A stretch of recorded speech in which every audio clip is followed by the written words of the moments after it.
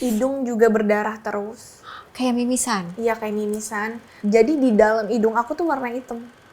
Oh. Gitu. Dan apalagi ya?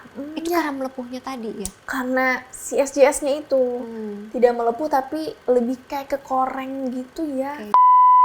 Kebetulan abah aku dokter, ibu aku bidan. Jadi mereka pasti percayanya sama orang yang lebih profesional gitu. Sempat sedih juga soalnya. Kenapa ya kok keluarga aku kesehatan tapi kok aku dibawa ke Rukiah, aku sempat sedih. Tapi mungkin mereka harus dibawa ke profesional deh kayaknya.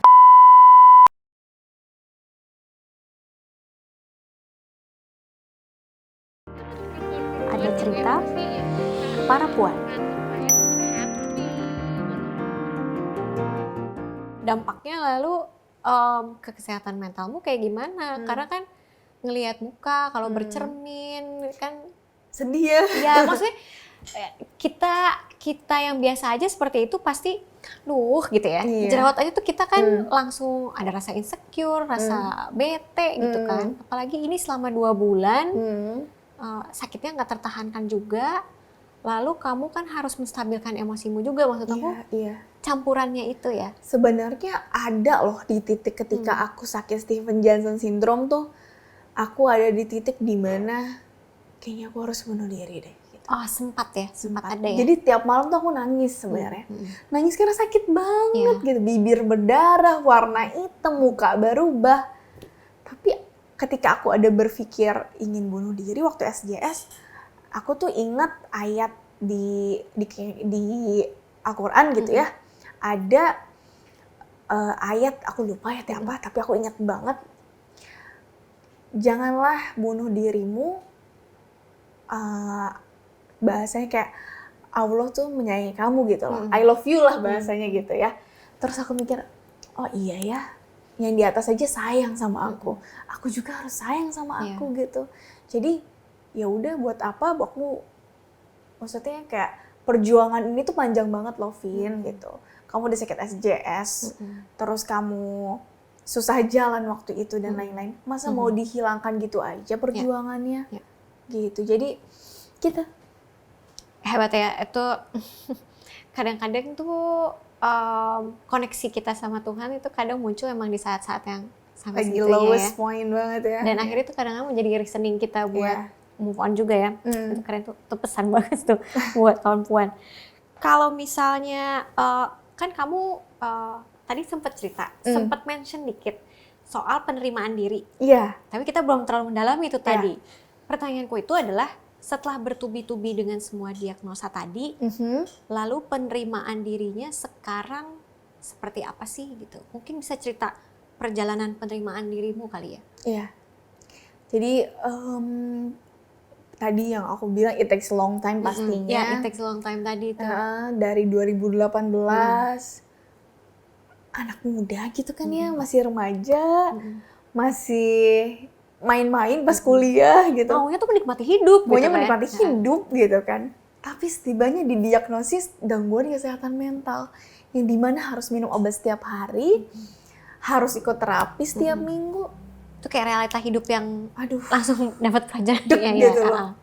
Itu sedih, tapi aku itu awal mulanya melihat proses aku tuh naik turun. Naik turun.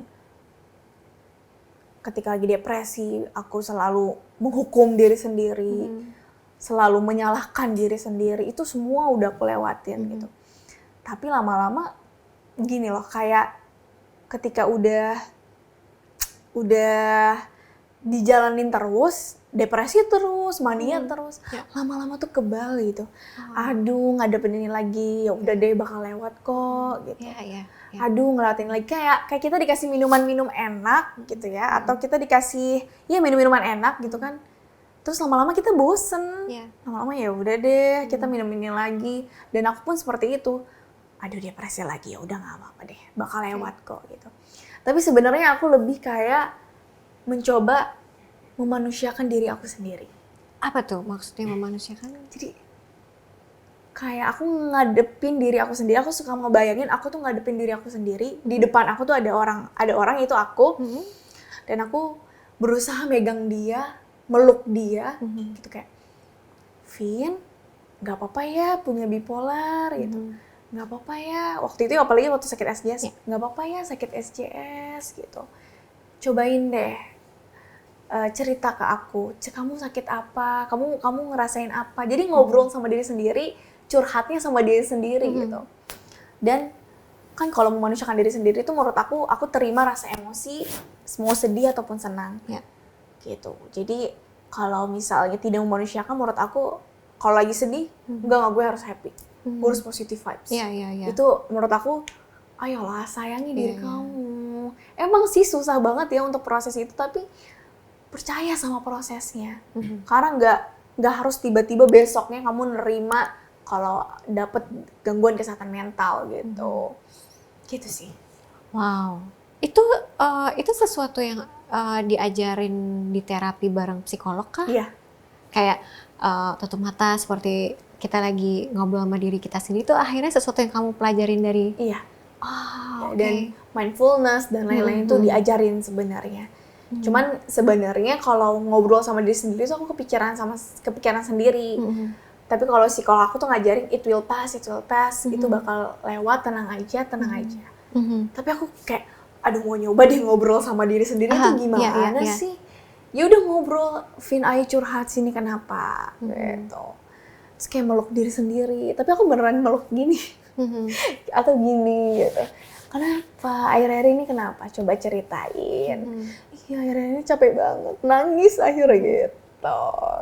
Wow. Wah, tuh. Iya. Itu selain pergi ke psikolog, selain pergi ke psikiater, minum obat juga, kan kamu akhirnya menemukan tuh satu cara yang khas kamu, yang buat kamu sendiri gitu ya, cara untuk bicara sama diri sendiri, cara ngatur emosi. Iya. So far itu jadi cara andalanmu kah? Iya. Yang kamu ketemu tadi itu ya? Iya. Contohnya aja ketika kan kalau mencoba untuk suicide atau apa itu susah ya menurut aku karena harus ada effort misalnya kita ngakuin ini gitu. Tapi kalau menyakiti diri sendiri itu lebih gampang. Mukul diri sendiri, mukul tangan ke tembok atau ya self harm lainnya gitu. Itu kan lebih gampang. Dan justru itu lebih susah juga mengendalikannya karena itu lebih gampang. Jadi dengan cara aku ngobrol sama diri sendiri dan meluk diri sendiri itu sangat sangat ngefek di aku sih. Gitu. Menurutmu itu cara kamu mengantisipasi kalau misalnya kamu ngerasa ada pikiran-pikiran atau ada keinginan self harm tadi, itu kayak antisipasi atau itu jadi cara kamu mengobati diri? Dua-duanya. Oh gitu. Dua-duanya. Dan biar aku juga nggak ngelakuin itu gitu. Aku udah by the way aku udah 2 tahun nggak ngelakuin kayak gitu. Itu harus harus ditepuk tangan sih. Aku bangga banget sama diri aku. Kalau akhirnya kita harus kasih skala nih ya, 1 sampai 10 deh. Menurutmu akhirnya perkembangan kesehatan mentalmu, kalau ditanya sekarang gitu ya, menurutmu udah sampai di berapa? 8. Oh cool. Ya 8. Kenapa? Karena aku tuh sebenarnya nggak sadar kalau aku tuh udah lebih baik dibanding 2018. Tapi ternyata aku ada kakak aku yang ngomong ke aku, Afina nyadar gak sih? Perjuangan Afina, bagaimana Afina mengontrol emosi itu udah berubah banget. Dulu Afina kalau depresi itu langsung ke rumah sakit, suicide attempt gitu kan. Sekarang Afina lebih mengontrol diri. Oh ya udah, Afina harus nge-gym.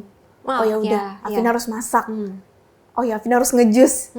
Jadi itu berubahnya sangat lama dan aku harus percaya proses itu. Pernah merasa di underestimate nggak sih sama let's say misalnya generasi yang lebih tua? Karena kayak kamu cerita aja 2018 aja orang itu belum banyak yang openly bilang bahwa hey aku punya isu kesehatan mental nih gitu ya. Kalau gimana? Aku mau tunggu ya. Nggak apa-apa dong. Pernah dong. Paling sama lingkungan terdekat. Jadi ibu abahku tuh awalnya denial sampai aku dibawa ke ruqyah karena dikira bipolar aku tuh ada jinnya gitu.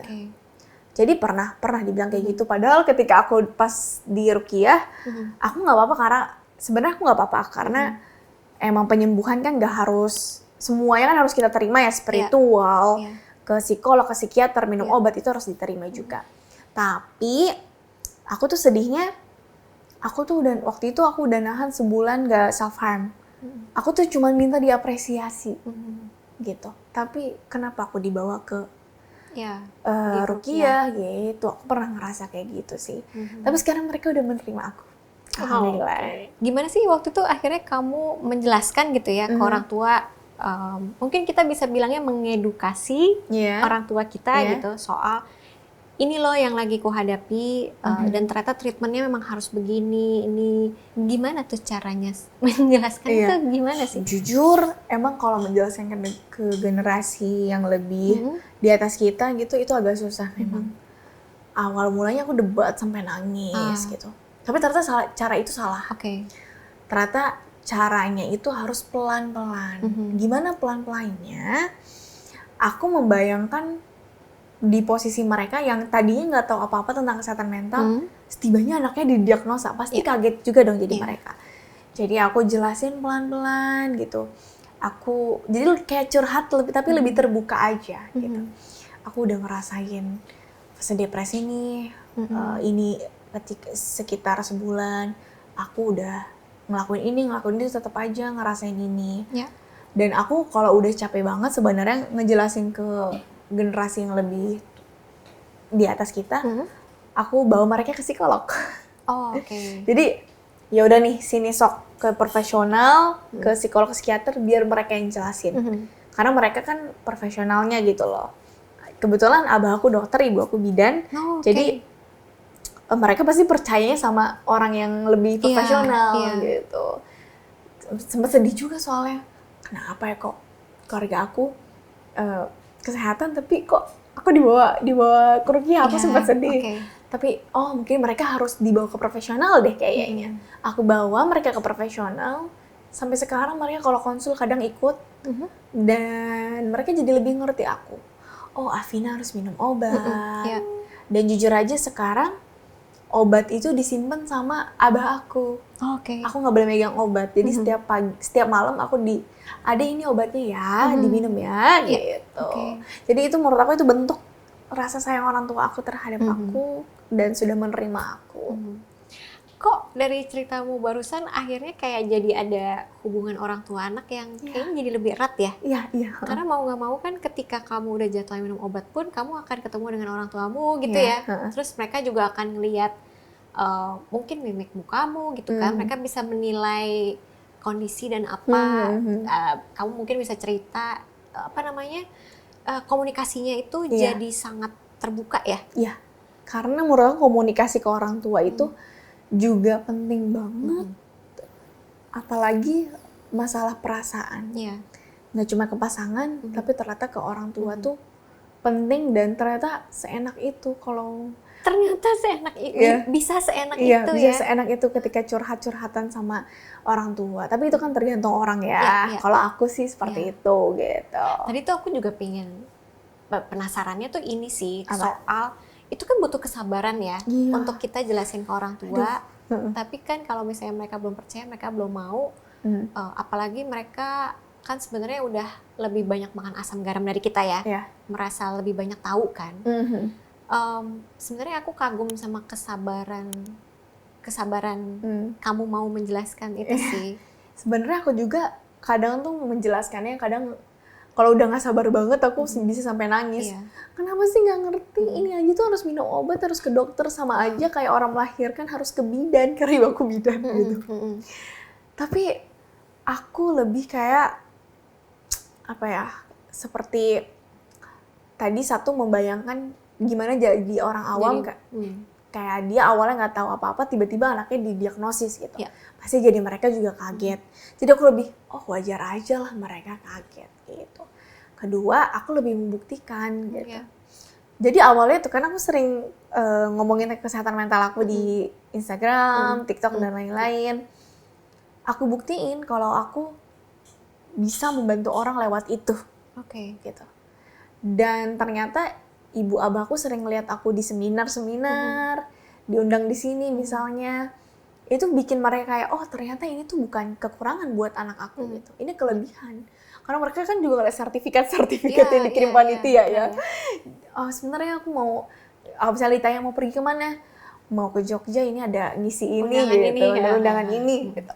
Jadi orang tua mikirnya, oh ini kelebihan ya ternyata buat anak saya, public speakingnya diasah dan lain-lain gitu. Yang aku tangkap juga ya, yang menarik dari cerita kamu itu, kadang orang suka berpikir, oh dia punya isu kesehatan mental, berarti sebenarnya dia empatinya kurang.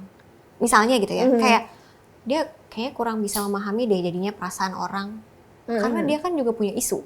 Kan orang bisa dengan mudah ngomongnya seperti itu gitu ya.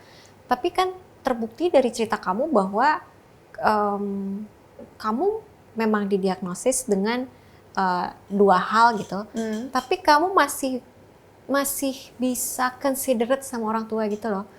Oh kan aku jadi inget ya gitu kan, kamu cerita, aku inget kalau jadi misalnya aku di posisinya mereka dikasih tahu, itu kan pasti susah ya. Itu kan ada pertimbangan di dalam yang sebenarnya dasarnya kan dari mindfulness tadi.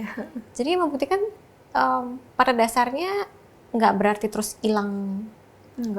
Enggak ya, tetap bisa kok gitu. Bahkan ada juga yang bilang kan orang yang memiliki gangguan kesehatan mental tuh suka gangguin orang atau kayak suka ngamuk-ngamuk dan lain-lain. Itu semua gara-gara film-film dan sinetron zaman dulu tuh. Kalau aku sendiri, dan biasanya ketika lagi di fase depresi, kan seperti aku tadi bilang, mau bangun tidur aja susah. Gimana mau ngamuk-ngamuk, mau ganti baju aja, itu minta ampunnya susah banget. Gitu. Bahkan kita lebih memikirkan orang lain gitu. Kalau aku waktu kita lagi di fase depresi, kenapa aku speak up juga?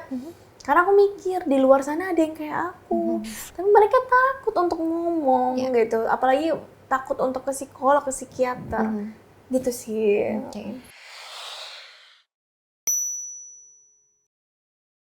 Jangan-jangan skizo lagi, lu ngayal-ngayal gitu ya, gitu. Jadi itu dihindari sih lebih baik gitu. Jadi intinya, pokoknya kalau ada temen lagi sedih, apalagi kalau dia sampai ada suicidal thoughts, itu lebih baik dirujuk ke profesional dan udah dengerin aja ceritanya.